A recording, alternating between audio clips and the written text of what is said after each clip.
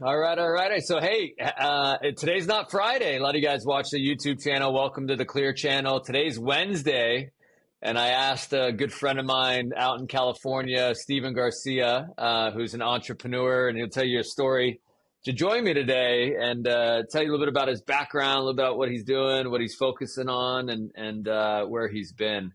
But, man, thanks for joining me today. Absolutely. Thanks for having me, Ken. Yeah.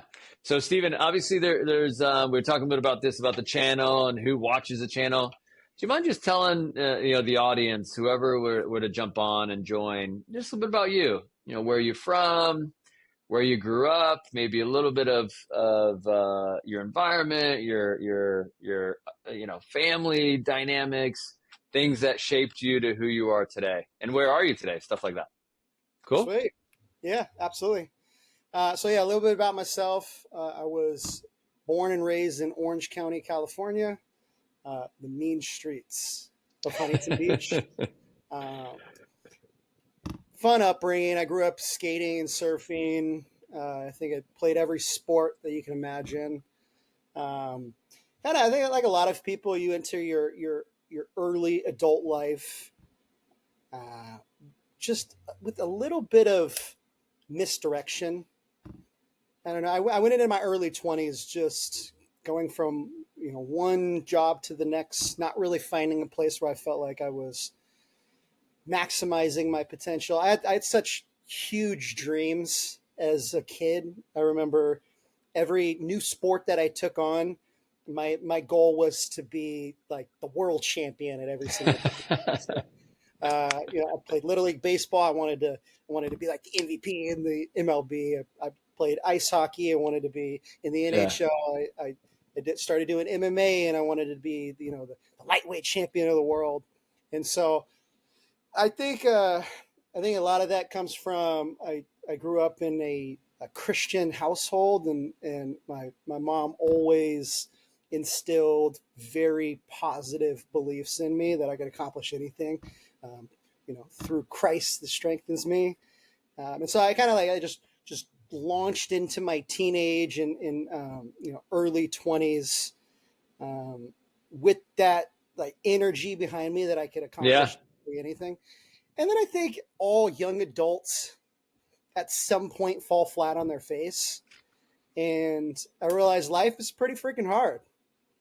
And it's especially hard to find industries where that same competitive fervor translates. I spent my early 20s being told, stop being so competitive, Stephen. Not everything's a competition. And for a while I muted it and told them, yeah, that's loser talk, whatever. And then at a certain point I just kind of accepted that people didn't like being in competition. Or the people that I was around didn't like being in competition. So went into my mid 20s. By the way, I'm 36. I went into my mid 20s with a passion for like physical fitness. And so I think I'm like a lot of people where if there's something you enjoy doing, you do the research and then try to get in. You get obsessed. Yeah, exactly. Yeah. So I just started studying everything I could on the topic, ended up getting a personal training certificate. And nice. I had this idea that I was going to get into the industry and just make buku bucks and have dozens of clients and have a meal prep company and own a gym and this and that. And then I was faced with the reality of, I have to walk up to people in the gym that I'm working in and try to get them to get my service. The gym I was working in, wasn't like 24-hour fitness where they just hand you clients to train for free passes or whatever. It was more of an upscale gym where the trainers could train anybody that goes there, but the gym doesn't provide any of the opportunity. So started struggling. It was pretty tough to get my footing in that industry. And at one point I had one client. You want to take a guess who that client was? Was it Sebastian? No. Oh. No, it was my mom. Oh, I was like, oh, no way. Yeah, it was my mom. And I realized it was a pretty rough industry. Yeah. And by rough, I mean just the barrier for entry is just, it's a difficult one to puncture. And luckily enough, I was in an environment where I was around a lot of highly successful people. Yeah. It's Newport Beach Athletic Club. It's right by Fashion Island and Corona Del Mar, Newport Beach area. So a lot Really of nice. a lot of money. There's a sports agent. His name is Scott Boras. Have you ever heard of Scott Boras? Hmm. I've heard Yeah, the name, but he like signed Bryce Harper's contract and a few of the other huge contracts. And he worked out there. I would consistently see him. There was a lot of other people that in the hundreds of millions or low billions. You don't ask people these type of questions. You can see when they pull up in a Lamborghini that's obviously worth $500,000, and they're talking about how they want to get a new one next year, and they just got this one. You can tell they have just they've done well. Yeah, yeah. They have the type of money where they just don't care. And I just started paying attention to how they operated, what they were focusing on, what they were talking about. And I mean, at a point, I was just kind of eavesdropping. I was just listening into conversations they were having and whatnot. And finally, I was also working at the gym, in the cafe that they had in the gym. And there was a man, I was overhearing him on the phone. And I hear him, obviously doing a business deal. So my ears perk up because I was always ambitious. And to me, $50,000 a year was like the pinnacle of being rich. I had never really seen anything possible past that point. And I hear this guy talking about a deal. He's saying like, okay, we'll do 120. Is that a deal? I'll send over the paperwork, blah, blah, blah. And so I end up asking him after he finishes up the conversation, hey, what do you do, man? Like, what is that? And the guy ends up telling me that he buys and resells companies. And I had to pause for a second because my brain just couldn't make sense of it. Yeah. I was working for $10 an hour and trying to find clients to train. And I don't think I had more than $100 in my bank account. And so I asked more questions like, what do you mean you buy businesses? And he tells me I buy and sell businesses. I have a small investment group. We buy companies and then we resell them. And so what was that deal? Tell me about that deal. And the guy ends up telling me that he bought a company for 50 and sold it for 120. And, naturally, so what, like $50,000 and you sold it for 120? He says, no, it was 50 million, sold it for 120 million. And I was so blown away, like the conversation pretty much ended at that point. I gave the guy You're like, okay.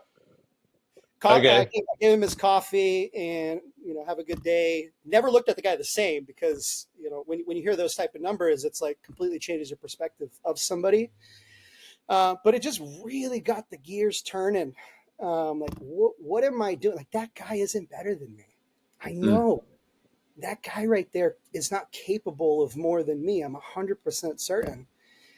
And so I just started, I just dove into a personal development phase in my life where I could not stop consuming content. I could not stop reading books. This was about 2015 going into 2016. And was dealing with a little bit of struggle in my life. I was in a toxic relationship. I got really into sports betting. I was drinking a lot of alcohol, just things that go together. Yeah. And I had an old friend that I hadn't talked to in years that I actually met in church named John Ingus, Mr. John Sebastian Ingus. And I saw him posting stuff on Facebook, really interesting stuff that I was interested in at that time, hacking like biochemistry, dopamine, serotonin, all these different things. And so I reach out to him on Facebook. I didn't ask for a job because I didn't know that's what I needed, but I did ask for mentorship. And I still have the Facebook messages, but I literally told him, hey man, like mentor me. I need help. And I even made a Karate Kid reference. I told me, I'll be Daniel's son. Wax on, wax off. All the stuff. And he paint laughed. the fence. Paint the fence. Paint the fence. I thought I was going to learn karate. You are learning karate. You are learning karate. And that was early 2017. and we had went back and forth a little bit. So that was about a year we were messaging back and forth. And then early 2017, he told me, hey, come to my office on a Monday, bring a suit. And at this point, I really didn't have any sales experience. I didn't know what they were doing. I was 28 years old. I had a $3,000 a month rent. At that time was a lot. I was living with my girlfriend at the time. And so I went in, talked to him. He showed me his office. I remember walking in and seeing the impact that he was making on the group that he was with. And it blew my mind because I just remember this guy from church. Now he's speaking in front of this room. It was incredible to me. And we sit down. I think I did most of the talking, told him about what I was, not dealing with in my life, where I was in my season. And Yeah.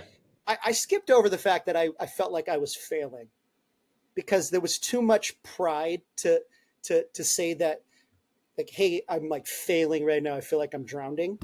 But I think he could sense it and he could see it. He could tell. Yeah. He could tell. And I didn't know what they were selling, what they were doing. I didn't know anything at all. But he told me a couple things that stuck out to me. He told me that his top reps were making about $1,500 a week, which was more than what I was making. And I remember walking through the room, and if you're competitive, you know what I mean. When you walk through a room of people, you size everybody up. Yeah. You look around. You're like, You look around. yeah. Yeah. Okay. Yeah. Sharp. All right. Yeah. And I remember thinking, if anybody out there can do $1,500 a week, I can do double that. And it wasn't a slight on them. It was just a self-belief. And then he told me that his brother Joel and a guy that he just promoted named Fareed Mohsini were pacing to do about $250,000 for the year as a market director. And that was all I needed to hear. I didn't know what they were selling, what they were doing. All I knew was that other people were bringing in those type of numbers. And if they can do it, I can do it. And so I started in his business. Didn't realize we were actually selling DirecTV inside of Walmart and Best Buy. I had no idea. I didn't know anything about DirecTV besides for the fact that they had the football games, which was cool. That was Sunday great. ticket. Sunday ticket. Yeah, exactly. Yeah. And long story short, after showing the long version, I quickly excelled in sales, but struggled with everything else that business has to offer. Couldn't get people to want to work with me. Could not teach people what I was doing. People wanted to get away from me because I made them feel like shit. And it took me about 3 or 4 years of falling on my face over and over and over again until I realized that if you can't lead people, you will not succeed. Period. And now in the world that we live in, yeah, you can do some day trading or something like that. Yeah. But with rare exception, if you want to succeed, you have to learn how to lead people. And I just became obsessed with it. And I am to this day. And I am I have a constant thirst for leveling up my character and my leadership. And it doesn't go away. I wake up fired up every single morning without an alarm clock, sometimes earlier than I would like to. And it does not quit every day over and over and over again. So yeah, that brings me to today. We just opened our third sales branch. Actually, yesterday we just promoted a guy, and we're pacing to do close to $4 million for the year as an organization. And we're not slowing down. We're only speeding up. The goal is to 3-4x every single year. So yeah, that's my spiel. That brings me to today.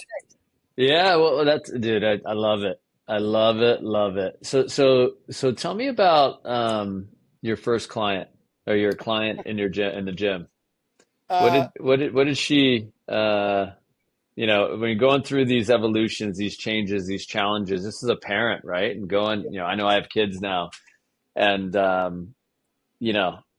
know my parents were like, when I wanted to get into sales, they were engineers and architects, and to work in an industry where there's commissions and bonuses and Yeah. performance pay to an extent. Entrepreneurship is performance, right?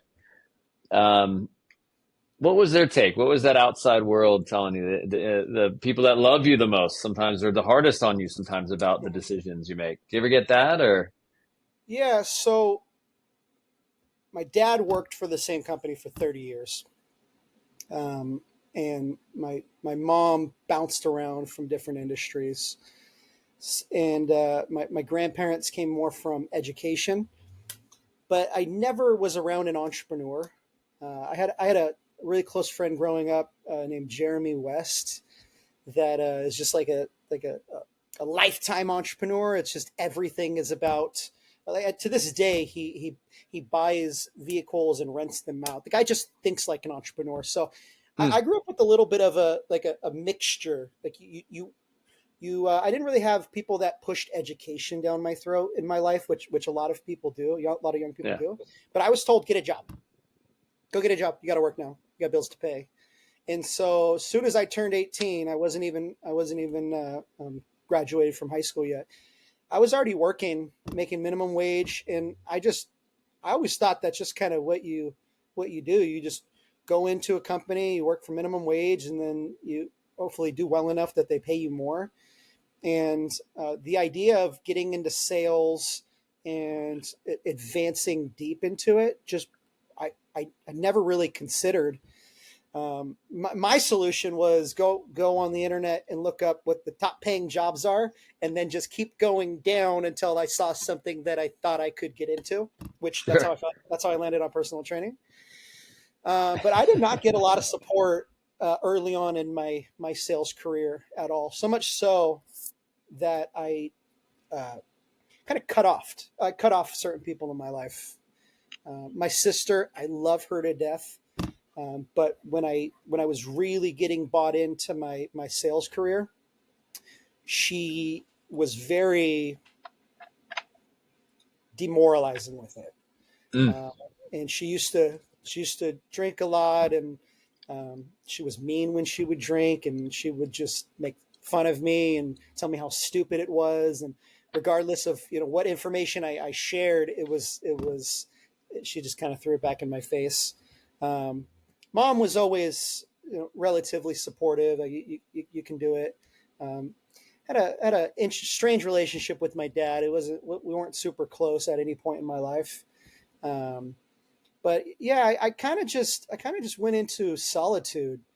Um, even at this point. It's interesting. My girlfriend, she's wonderful, but she'll speak positive, kind things to me, and I look at her and I say, I don't need that. I pump myself up. I got this. Don't gas me up. I Don't don't need gas me up. that. I don't need that. Um, and it's strange. I don't know if I'm like a That's awesome. I don't know if I'm like a masochist or what it is, but I like Yeah. when things are challenging. When things are easy, I get so uncomfortable. And I think we all have that in us where when things are easy and we have all the support, it's like there's just a little itch. Like I desire the Rocky story. I desire the underdog story where people don't believe in me. I don't know. Maybe it's for me. Maybe it's to rub it in. I don't know what it is, but it definitely it gives me my edge. I remember hearing about Michael Jordan and Kobe and how they would make up stories about About their players opponents. about their Yeah. opponents. Yeah, they Yeah. said Yeah. this, said that, and Get them all fired up. yeah, I've been doing that my whole life, and really being in my own corner.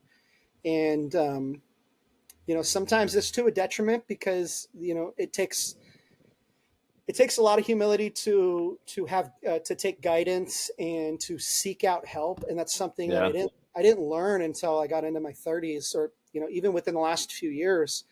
But it's to the point now where if I'm working on something and I don't feel like I know the answer, or I'm not sure, I have a whole network of people that I reach out to and get their opinion on. And a lot of the times it's reaffirming. Some of the times they just give me one different perspective that helps me piece it all together. But I Yeah. never really got that from my family.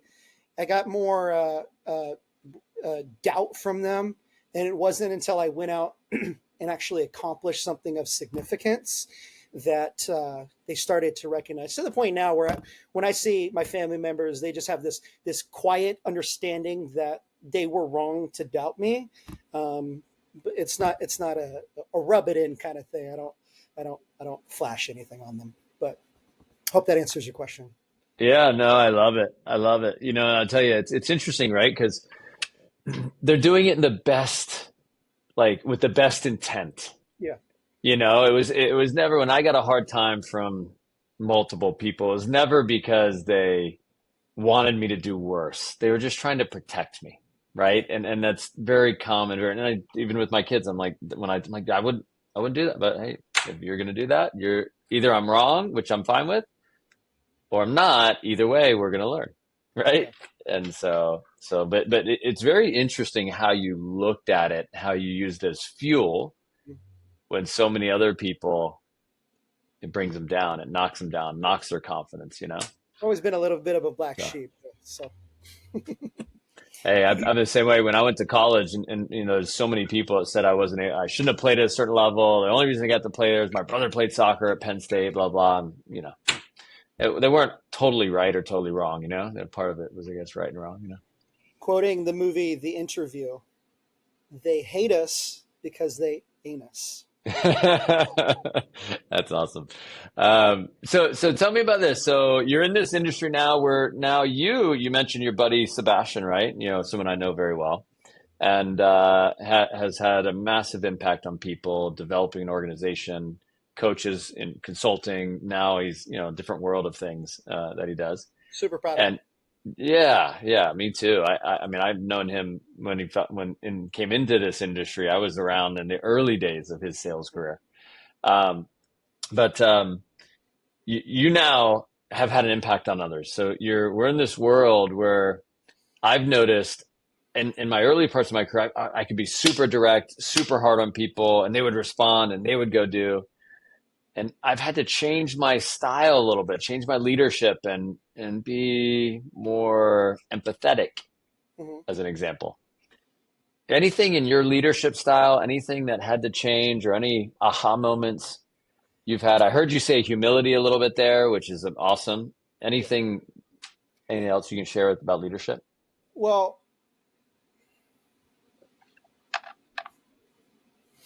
humans are humans. We all want to be appreciated. We all want to be guided in some way, but everybody has slightly different values.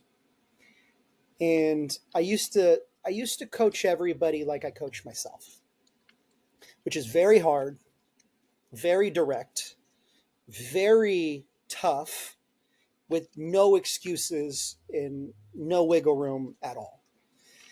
And what I've learned is people need to be eased into that level. And so something that's really changed my leadership is treating everybody sounds weird, treating everybody a little bit differently. I treat my close senior leaders differently than I treat a new sales rep in my company. Um, and there's an old saying: "There's nothing more unequal than the equal treatment of unequals."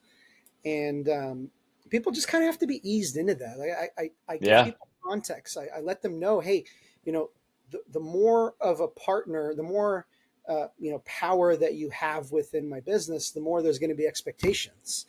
Okay, and I will never attack you as a person, but if there is a behavior that is detrimental to others, and it always comes back to leadership, always. If somebody's doing something that only hurts themselves, I will be as loving and kind as humanly possible. But when somebody is doing something that is hurtful towards others and it's a behaviors can be changed. Okay, how people are showing up and some of their actions, those things can be changed. So I will harshly judge those things, especially when they're hurting others or sure. they're not in line with what they say they want. That is when I come firm down and there's no wiggle room, which they love from me because they know. And a lot of the times I get this type of stuff. Hey, Steve, I was thinking this, and this, and I had a feeling you would say this. And then I Yeah. normally just love it. Yeah, exactly. And I think I was talking about it on Friday with our team. Leadership is a lot like parenting, where I have a 14-year-old daughter, and recently she got grounded for a month because I get this long text message from her mom saying that she essentially left her phone in her friend's mailbox and was supposed to be inside, but ended up going out with some 17-year-old boy to CVS at like 3 a.m. and whatnot. And so, because of the dishonesty and the possible risks of it, her mom grounded her for a month. And I texted her after I got this text message. I texted my daughter, and initially I was telling her like, hey, lying is unacceptable. She responds back saying, bruh. And I immediately realized that I can't double down on this. She knows what she did wrong. Her mom's already absolutely grilled her. And I told her, I love you. You need to always be careful. And these type of decisions can be, Yeah. can be detrimental to your safety. She says, I know, Dad. I said, I love you. She said, I love you too. Will you promise me that you're honest in the future? She said, yes. I said, okay. Next day, she asks me for money for something. It was like $20 ice skating. And I tell her yes. Why? Yeah. Because I don't think she needs more harshness in that case. Yeah. It's not like good cop, bad cop, like mom was playing bad cop, so I'm going to play good cop. It was just I recognized that she didn't need more toughness. She needed support. And I think we miss that a lot as leaders, where we go tough, especially when somebody's already being hard on themselves and we're also hard on them. And what that does is it creates resentment, it creates frayed relationships, and it puts us further away from where we want to be, not closer to where we want to be. So I think that comes with maturity and paying attention to people. And that's not possible if you don't care about people and genuinely want to see people maximize their potential. Right. And so when you combine those things, people will let you be really, really tough on them as long as they know you love them, and that it's not tough, break. Yeah. As long as there's build and empowerment within it, and a lesson that they know they need to hear. Yeah. Definitely. I love it, man. I love it. Love it, man. You're dropping so much gold, so much wisdom for people. I love it. I know you're a big Kobe fan. Tell me, talk to me about what is that human being? Mamba, How that yeah how's Mamba made an impact on you and your world and your mind, and yeah, why? I mean, I have my own reasons, but I'm just curious yours. yeah, I and kindred spirits. And I don't know how else to say it besides for kindred spirits. And I think there's a lot of people that can resonate with the obsessiveness. And that was me. I was, unfortunately, I wasn't talented enough in sports where I ever got to a pinnacle in the athletic world. But that was me. I would practice something over and over and over and over again, 8-10 hours a day. I remember spending my summers as a kid just practicing whatever I was obsessed with. I was just practicing it nonstop. And I mean, like when Kobe was young, 1996 to 2001, he was this ultra talented guy, but he was a little bit of a head case, and nobody really wanted to be around him. He alienated yeah himself and other people, and that was me. I literally could not keep now. I think now that we know more about the guy's life, the guy had a beautiful relationship with his wife, save a mistake he made in Denver in early 2000s. But all in all, I think the guy was just such an introvert with how he operated, and he was so obsessed with what he was doing. He didn't let anybody in, and hmm I resonate heavily with that. I don't let anybody in because I'm obsessed, and it was his detriment. He for the following years after Shaq left, 4 or 5 years, the guy could not get a team to rally around him. He was just the best player on shitty teams. hmm And something changed for them. They mustered their way into the finals in 2007 because they made an amazing trade. The Lakers always do. They always end up get Pau Gasol, Shaq, Kobe, Luca, LeBron. It's insane that Yeah. the league continues to let the Lakers do this. It's wild to me, considering I'm actually more of a Clippers fan than a Are you? Lakers. Okay. I am. I'm a Okay. Kobe guy. That the two are not synonymous, Yeah. um, but in 2007, something shifted for the guy. He faced a really really devastating loss, and went into the 2008 Summer Olympics, I think, as a different person. He changed going into that Summer Olympics. And if you look at if you watch the Netflix Redeem Team, Mm-hmm. you know what I'm Seen it. talking about. The guy started leading. Yeah. He was self-centered, alienated other people for not being on his level, judged them instead of trying to build them up, instead of building people's character and building people's skills and helping people become better. He just alienated them, berated them in practices, made them want to quit, even got the front office to trade them. And look, hey, he might have been right because he ended up 2 championships in a row. It worked. The path worked out. So maybe he was crazy and right at the same time. Who knows? But I think hearing a lot of the players talk about him during that time period, he turned into more of an ambassador for the game, an ambassador for learning, and that carried into the early 2010s all the way up until the time he retired. And I think if you saw him in 2000 and let's say 4 or 5, when he was scoring a lot of points, but there was one game in Game 7 against the Phoenix Suns where he didn't take a shot in the second half just to prove how much they needed him. He was passing. It was his Hmm. Game 7. He ended up scoring like 30 points in the first half, would not shoot in the second half just to prove the point that you need me. That's not a teammate. That's not a leader. To his last game, scoring 60 points and the whole league being impacted positively by him. They're different human beings over a 10-year journey.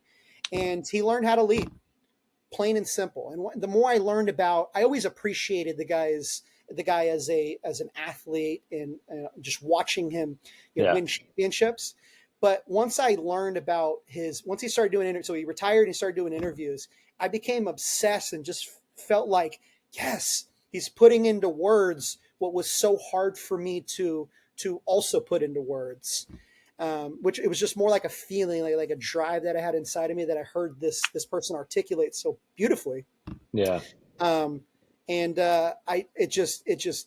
resonated so deeply. And obviously we know what happened in January 26th, 2020.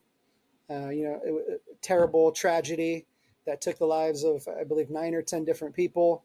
And I think the world was turned on to just how special of a human being he actually was. And I had spent the previous 4 years obsessing over learning from this guy. And it's like business and sales and basketball. What do they have to do with each other? Yeah. High performance and personal development. They cross all boundaries and they Yep. overlap into every aspect of life. And I'm forever grateful for what I learned from that guy and learning from his journey. And I'm hoping that I can pass the torch and inspire a new generation. It's funny, his next career was all in storytelling, Yep. and it's beautiful because this guy, a parent, former, one of the greatest basketball players to ever live, transitioning into, the guy won an Oscar. Yep. Yeah, Oscar. Sorry, an Yep. Oscar For his movie, right? for his short film the Yeah. year he was retiring from basketball and scored 60 points. It's insane to me that this guy was as diverse as he was, and he was learning about philosophy. And The Alchemist is actually one of his favorite books, and it's crazy that there was so much depth to this human being that nobody knew. Unfortunately, until it was probably too late for people to really appreciate him. And so I'm forever grateful. I shed a tear a couple times a year, just at the impact, and I carry the energy of his legacy, and I'm hoping that other people can be inspired by my teaching and my legacy and my impact on them. If it can be 1% of what he's been able to accomplish, I would be very, very, very happy. Yeah, for sure.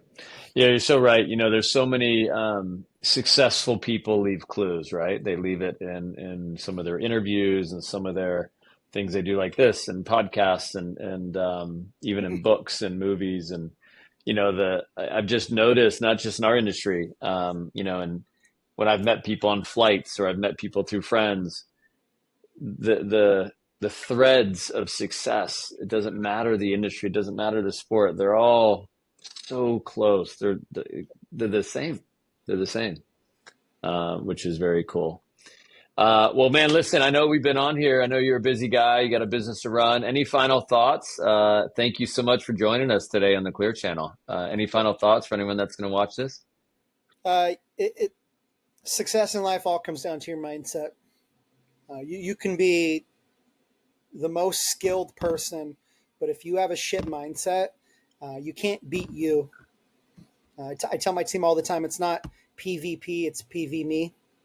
We're not battling with the world. We're shadow boxing, and I love shadow boxing. This is one of my favorite things. So, yeah, man, I really appreciate you having me on. I hope people took something from this, and appreciate you, love you. Yeah, Thanks my pleasure. for letting me speak. I love it. All right, guys. So if you don't know, we're all over YouTube, obviously. Join us on all the other platforms as well, Instagram, TikTok, and all the other Facebooks of the world. But thank you, Stephen Garcia.